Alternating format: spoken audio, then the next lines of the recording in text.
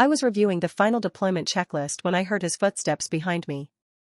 The kind of footsteps that announce themselves, deliberate, echoing off the polished concrete floors of Polar Technologies' fifth-floor operations wing. I didn't turn around. I knew who it was before he cleared his throat. Violet. His voice carried that particular blend of false warmth and corporate authority that some executives perfect over years of climbing ladders they didn't build. Got a minute? I saved my document and swiveled in my chair. Carson Whitfield stood there in his pressed charcoal suit, arms crossed, that smile playing at the corners of his mouth. The smile that said he'd already made a decision and was just here to watch me receive it. What can I do for you, Carson? He glanced at the monitors behind me, 3 screens showing real-time system metrics, deployment pipelines, and the countdown timer I'd set for the product launch. 72 hours. 3 days until Polar Technologies unveiled the most significant software platform in the company's 15-year history. We're making some adjustments to the launch team structure, he said, pulling up a chair without waiting for an invitation. Bringing in some fresh perspective. Trevor's going to take point on the technical coordination side. Trevor Garrison, who'd been with the company for 8 months and whose idea of technical coordination involved forwarding emails and saying let's circle back in meetings. I kept my face neutral. Trevor doesn't have access to the deployment systems. He will by end of day. Carson leaned back, that smile widening. Look, Violet, you've done great foundational work here. Really solid. But at this stage, we need someone who can move fast, make quick decisions without overthinking every variable. You know how you can be cautious, methodical. Use full momentum. There it was. The actual reason, delivered with a smirk that told me he'd been waiting to say this for a while. I looked at him for a long moment. Watched the confidence radiating from him like heat from asphalt on a summer day. He thought this was a normal management decision. A simple reassignment. He had no idea what he'd just done. Understood, I said quietly. He blinked. I could see the surprise flicker across his face. He'd been expecting pushback, maybe even tears. Men like Carson often did. Great. I'm glad you're being professional about this. He stood, already moving toward the door. Trevor will reach out this afternoon to get up to speed on what he needs. Sure. He paused at the doorway, glancing back. And Violet? This isn't personal. It's just business. I nodded. Smiled even. Of course. He left. I heard those footsteps retreating down the hallway, growing fainter, then disappearing entirely as the elevator doors closed. I sat there for maybe 30 seconds, listening to the hum of the cooling fans in the server room next door, the distant murmur of voices from the open-plan area down the hall, the soft tick of my watch. Then I stood up, gathered my personal items from my desk, my coffee mug, a small succulent that had somehow survived 2 years in fluorescent lighting, the photo of my sister's kids, and placed them in my messenger bag.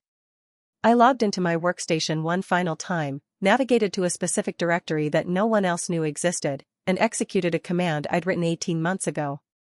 A single line of code. Hit enter. Watched the confirmation message appear.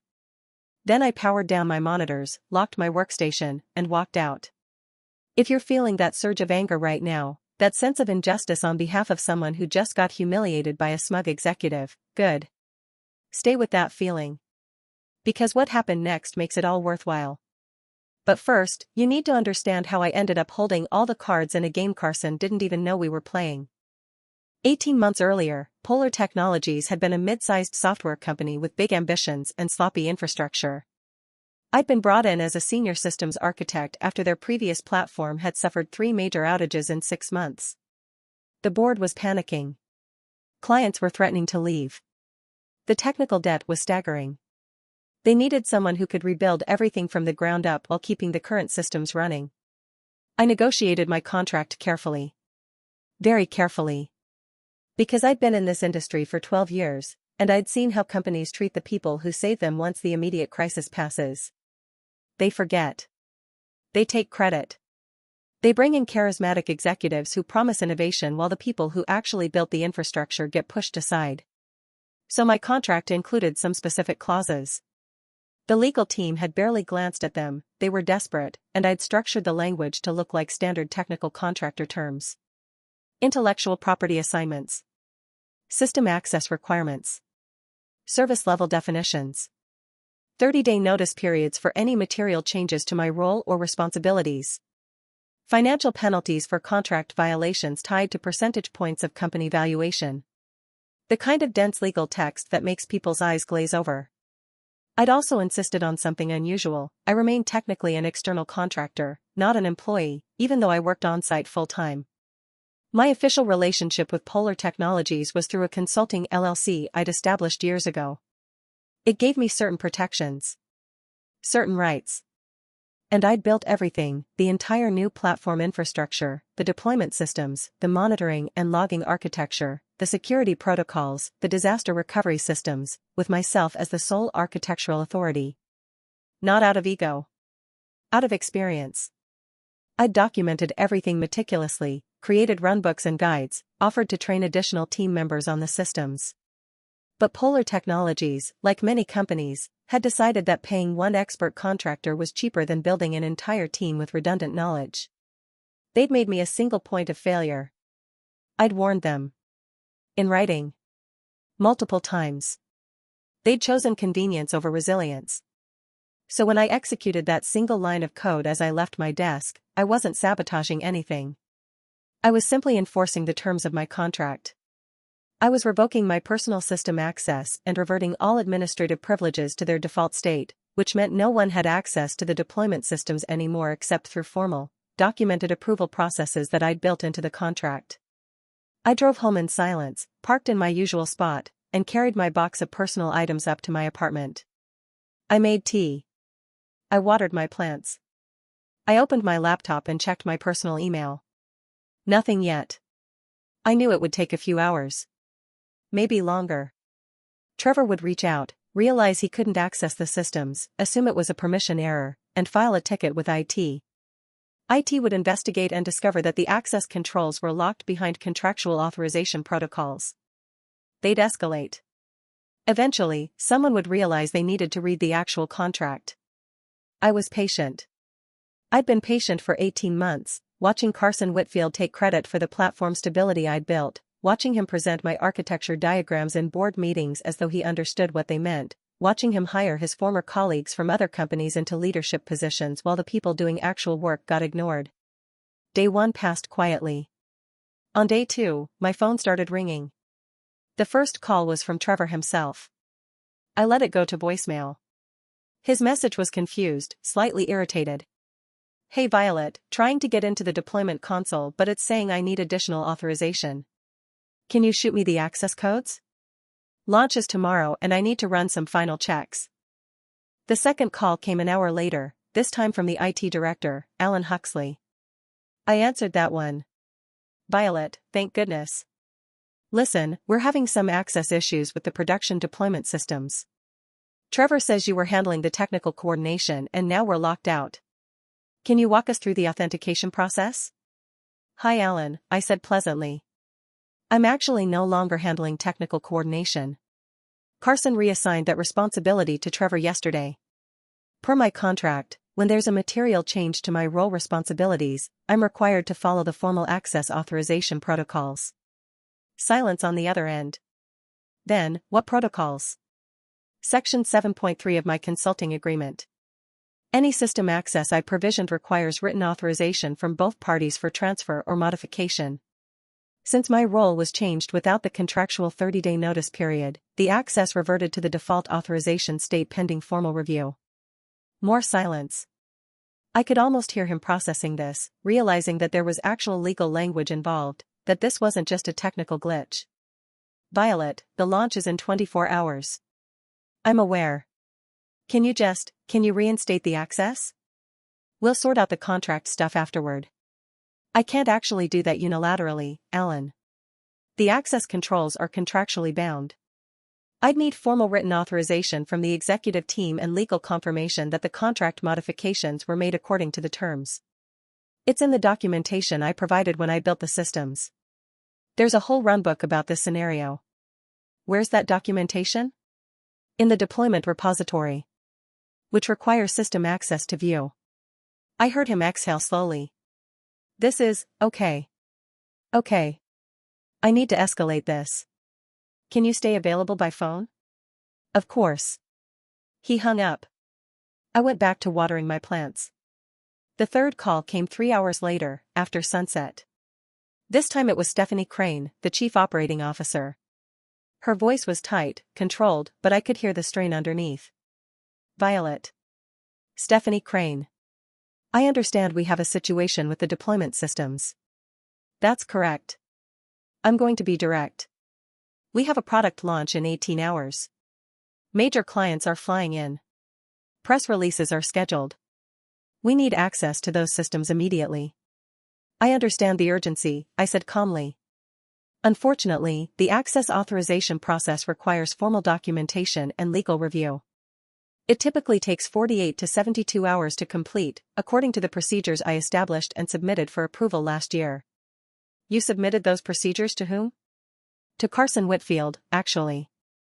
He was responsible for reviewing operational protocols for the platform division. I believe he signed off on them in March of last year. I could hear papers rustling on her end. And these procedures, they require legal review? Yes.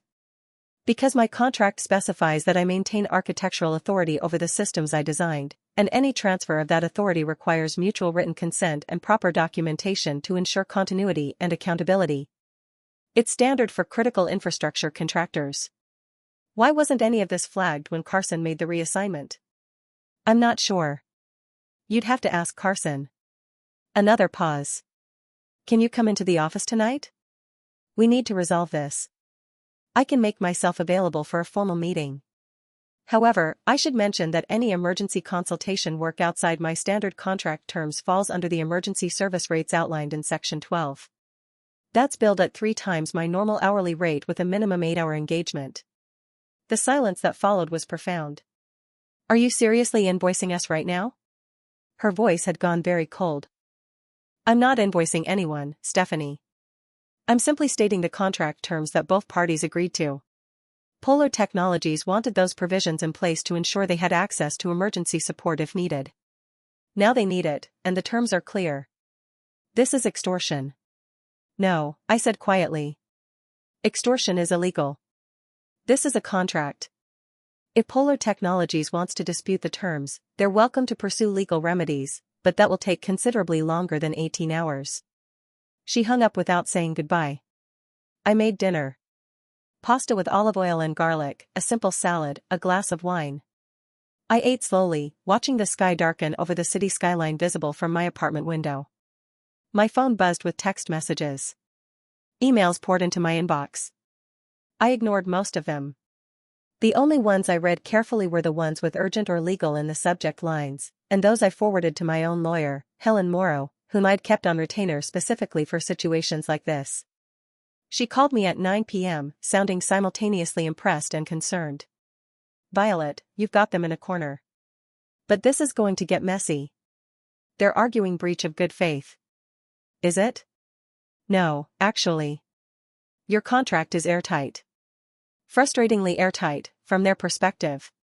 You built in protections against exactly this scenario. But they're going to claim you're sabotaging the launch out of personal revenge. I'm not sabotaging anything. The systems are functioning perfectly.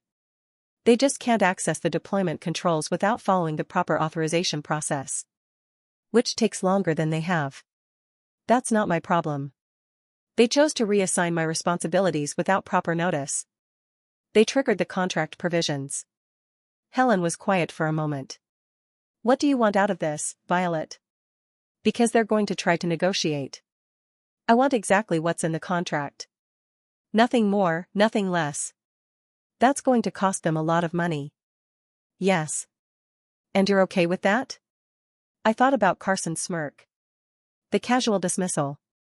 You slow momentum. The way he'd made the decision to humiliate me and thought there would be no consequences because I was quiet, professional, accommodating. Yes, I said. I'm okay with that. Day 3 arrived. Launch day. My phone rang at 6 a.m. Carson Whitfield himself. I let it ring 4 times before answering. Hello? Violet. His voice was stripped of all pretense now, raw and urgent. We need to talk. Good morning, Carson. Cut the pleasantries. You know why I'm calling. The launch is in 6 hours and we're dead in the water. Trevor can't access anything. IT can't access anything. We can't deploy the final build, can't run the pre-launch checks, can't monitor the systems. Nothing works. That's not accurate, I said. Everything works. The platform is stable and operational. You just can't make changes to it without proper authorization. This is sabotage. This is contract enforcement. There's a difference. You're destroying this company because I hurt your feelings? I felt something cold settle in my chest. No, Carson. I'm enforcing the terms of an agreement that your company signed because you didn't bother to read it carefully. You made a decision yesterday that violated the contract. The consequences of that violation were spelled out in the documentation. This isn't about my feelings. It's about your incompetence. I heard him breathe hard on the other end. What do you want? I want you to fix your mistake properly. Follow the contract provisions. Get legal to draft the proper authorization documents. Submit them through the formal channels. Once everything is in order, access will be restored. That takes days. It takes 72 hours if done correctly, yes. You had 30 days to execute a proper role transition, per the contract. You chose not to. Now you're dealing with the emergency provisions, which are designed for exactly this scenario but come with associated costs. What costs? The emergency consultation rate is triple my standard rate, 8-hour minimum per day of engagement, plus a contract violation penalty calculated as 0.05% of current company valuation per day of violation. Your legal team has the exact figures. I believe the current calculation is somewhere around $470,000 for the first 3 days, increasing daily. The silence stretched out so long I thought the call had dropped. Then, you're insane. I'm contractually protected. There's a difference. He hung up. But that wasn't the real problem. The real problem was that Polar Technologies had scheduled a major product demonstration for their biggest client, a healthcare consortium representing 47 hospitals across 3 states, for 2 p.m. that afternoon. The client had been promised a live demonstration of the new platform's capabilities, including real-time deployment and scaling features. Without access to the deployment systems, there was no demonstration. Without the demonstration, there was no contract signature. Without the contract signature, the company's projected quarterly revenue dropped by 30%. The board of directors convened an emergency meeting at noon. I know this because I received a formal invitation to attend via video conference at 1 p.m., 1 hour before the client demonstration. The email came from the company's general counsel, Philip Strand, and was written in the careful, precise language of someone who just realized exactly how badly they'd messed up. I joined the video call at exactly 1 p.m., dressed professionally, sitting in my home office with my bookshelf visible behind me, a deliberate choice to remind them that I was no longer in their building, no longer under their control. 8 faces appeared on screen. The full board. Stephanie Crane. Philip Strand. And Carson Whitfield, looking like he hadn't slept. Ms. Davis, Philip began, his voice carefully neutral. Thank you for joining us. We've convened this emergency session to discuss the current situation regarding system access and the imminent product demonstration. I appreciate the invitation, I said. We've reviewed your contract in detail over the past 12 hours. You're correct that the provisions you've cited are valid and enforceable. We take full responsibility for the oversight in not following proper notice procedures for your role reassignment. I waited. I'd learned years ago that silence was more powerful than speech in negotiations. We'd like to propose an immediate resolution, Philip continued. We'll draft and execute the proper authorization documents, reinstate your full technical coordination role with appropriate compensation adjustments, and commit to the 30-day notice provision for any future changes. In exchange, we're requesting that you provide immediate emergency support to restore full system access for the client demonstration at 2 p.m. That demonstration is in 57 minutes, I noted. Yes. And you're asking me to provide emergency support services. Correct. Under the emergency consultation rate structure. A pause. Philip glanced off screen, probably at notes or another advisor. Yes. Under those terms. I let them wait. I could see Carson's jaw clenching on camera, see Stephanie's carefully blank expression, see the board members exchanging glances. I have a counter-proposal, I said finally. The tension on screen was palpable. I will provide immediate system access restoration and support for today's demonstration under the standard emergency consultation terms already in the contract. However, I want my role transition formalized not as an employee reinstatement but as a vendor relationship. Polar Technologies will retain me as an external technical authority on a long-term consulting contract with explicit architectural control over the platform systems. All future changes to deployment infrastructure require my written approval. My rates are adjusted to senior consultant levels, and I work remotely unless physical presence is contractually specified for particular engagements. You want us to make you an external vendor with veto power over our own systems? Carson's voice cut in, sharp with disbelief.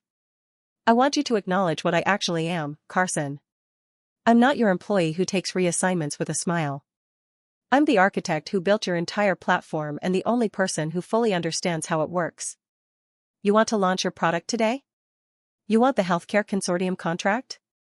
You want to avoid explaining to your investors why your flagship launch collapsed? Then you treat me as the critical infrastructure authority I've been all along, and you compensate me accordingly. Stephanie leaned forward. And if we refuse? Then you follow the standard contract provisions, which take 72 hours, and you reschedule your demonstration. You also pay the contract violation penalties that have been accumulating. And you spend the next several months trying to reverse engineer systems that are documented but require significant specialized knowledge to modify safely. You could do it, eventually. But it would be expensive, time-consuming, and risky. Your choice. The board members conferenced off camera.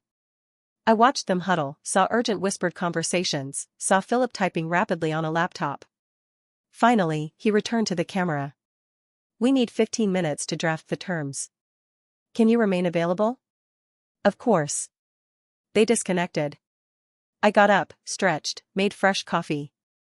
I looked out my window at the city below, at all the buildings full of people having similar dramas playing out in different forms. Competence being undervalued. Expertise being dismissed. Quiet people being trampled by loud ones. My phone buzzed. A text from Helen, they're going to agree. This is brilliant and terrifying. I texted back, just making them live up to what they signed. The video call reconnected at 1:32 p.m. Ms. Davis, Philip said, and I noticed he'd switched from Violet to the formal address. We accept your terms. I'm sending the contract addendum now for your review. Upon your signature and confirmation, we'll need you to restore full system access within 20 minutes to allow for the 2 p.m. demonstration. I opened the document on my second screen, read through it carefully. Everything was there. The vendor relationship. The architectural authority. The rate adjustments. The remote work provisions. The explicit acknowledgement that I held final approval over deployment infrastructure changes. I signed it electronically. Done. Restoring access now. I opened my laptop, navigated to the administrative console, and executed the reversal command. It took 45 seconds for the authorization systems to recognize the new contractual state and restore full access to the deployment controls. Access is live, I said. Trevor should be able to see the deployment console now. All systems are green and ready for your demonstration. I could see the relief wash across multiple faces on screen. Thank you, Ms. Davis, Philip said. You're welcome. I'll send my invoice for today's emergency consultation by end of business. I assume you'll want a formal technical review meeting next week to discuss long-term platform governance? Yes. We'll schedule that. Good. If there's nothing else, I have other work to attend to. They disconnected. I closed my laptop. It was 1:47 p.m. The demonstration would go perfectly, I knew. The systems I'd built were solid. The healthcare consortium would sign their contract. Polar Technologies would meet their quarterly targets. And Carson Whitfield would have to live with the knowledge that he'd turned a salaried architect into an expensive external vendor with contractual veto power over his division's core technology. I finished my coffee and returned to watering my plants. Over the following weeks, the story spread through Polar Technologies in whispered conversations and carefully worded Slack messages. The narrative varied depending on who was telling it. Some painted me as vindictive, others as brilliant, most as some combination of both. I didn't particularly care. What mattered was this: I never returned to the fifth floor operations wing as an employee. My old office was quietly reassigned to someone else. When I did come on site for the quarterly technical reviews that were now contractually mandated, I was escorted to a small conference room reserved for external consultants and vendors. I was offered coffee. People were unfailingly polite. No one told me I slowed momentum. Carson avoided me entirely.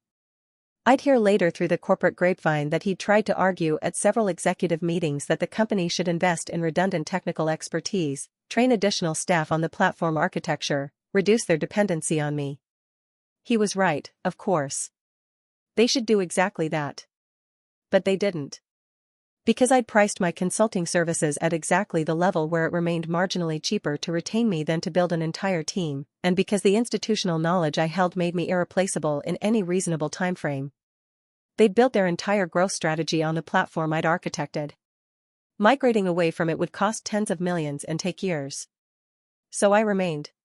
Not as an employee. As infrastructure. Every month, I submitted my invoice. Every month, they paid it without question. Every significant platform change request crossed my desk for approval, and I reviewed them with the same careful attention I'd always applied to my work. I approved most of them.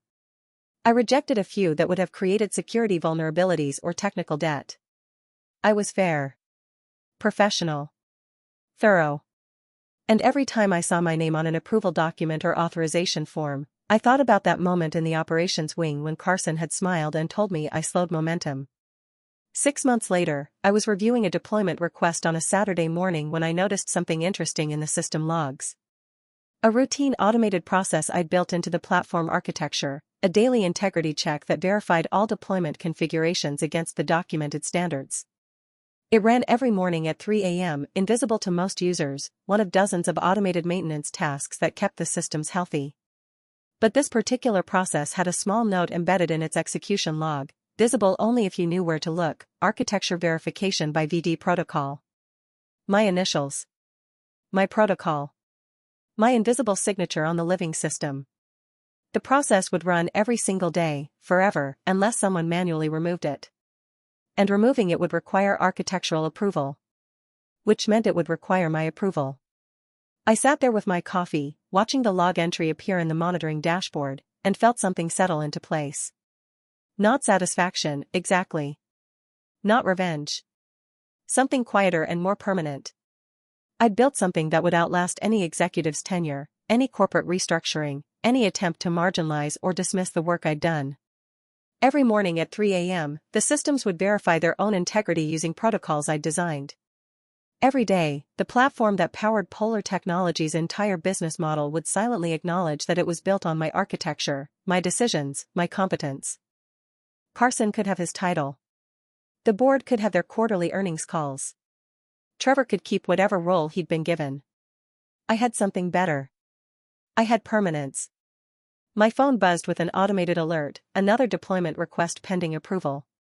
I opened it, reviewed the technical specifications, checked the security implications, and approved it with a few minor notes about optimization opportunities. Then I closed my laptop and went for a walk. The sun was out. The city was alive with Saturday morning energy. And somewhere in a data center across town, the systems I'd built were humming along, stable and strong, running protocols that would execute long after everyone involved in that fifth-floor conversation had moved on to other companies, other conflicts, other mistakes. The following Tuesday, I received an unexpected email. The sender was Lydia Czenkowalski, one of the board members who'd been on that emergency video call. Her message was brief: coffee? Would value your perspective on some strategic questions. We met at a quiet cafe near the waterfront, away from Polar Technologies' downtown headquarters. Lydia arrived precisely on time, carrying a leather portfolio and wearing the expression of someone who'd rehearsed this conversation. "I'll be direct," she said after we'd ordered. 3 other board members and I have been reviewing the circumstances that led to the emergency situation 6 months ago. We've concluded that the executive leadership made several significant errors in judgment. I sipped my coffee and waited. Carson Whitfield has been placed on a performance improvement plan. He'll likely be transitioned out within the quarter.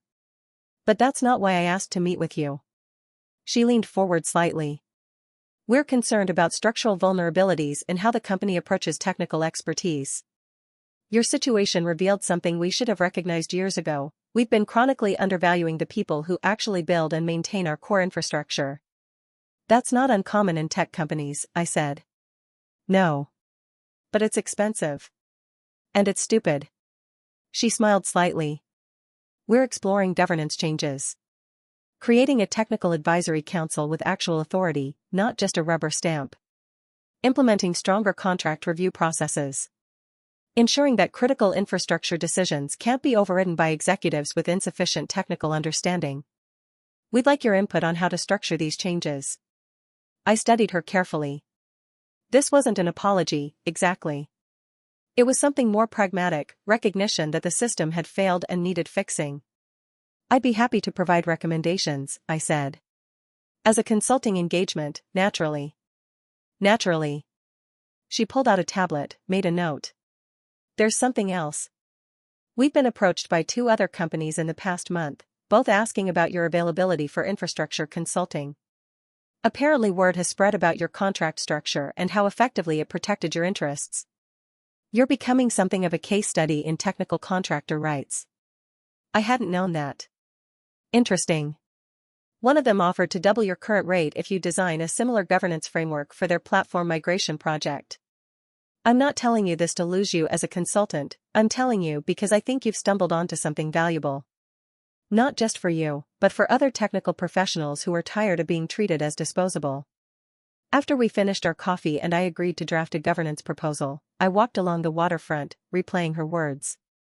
I'd built my contract protections out of self-defense, out of experience, and a quiet anger at watching capable people sidelined by leaders who mistook charisma for competence. I'd never thought of those protections as replicable. As something other people could use. But maybe they were.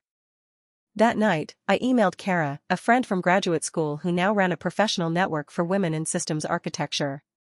I outlined the core elements of my contract: external vendor status, architectural authority clauses, emergency escalation rates, and notice requirements. I explained how each one had functioned during the Polar Technologies crisis. I think there's a template here, I wrote. A way for technical professionals to protect themselves without learning contract law the hard way. She replied within the hour. This is exactly what people need. Can we talk tomorrow?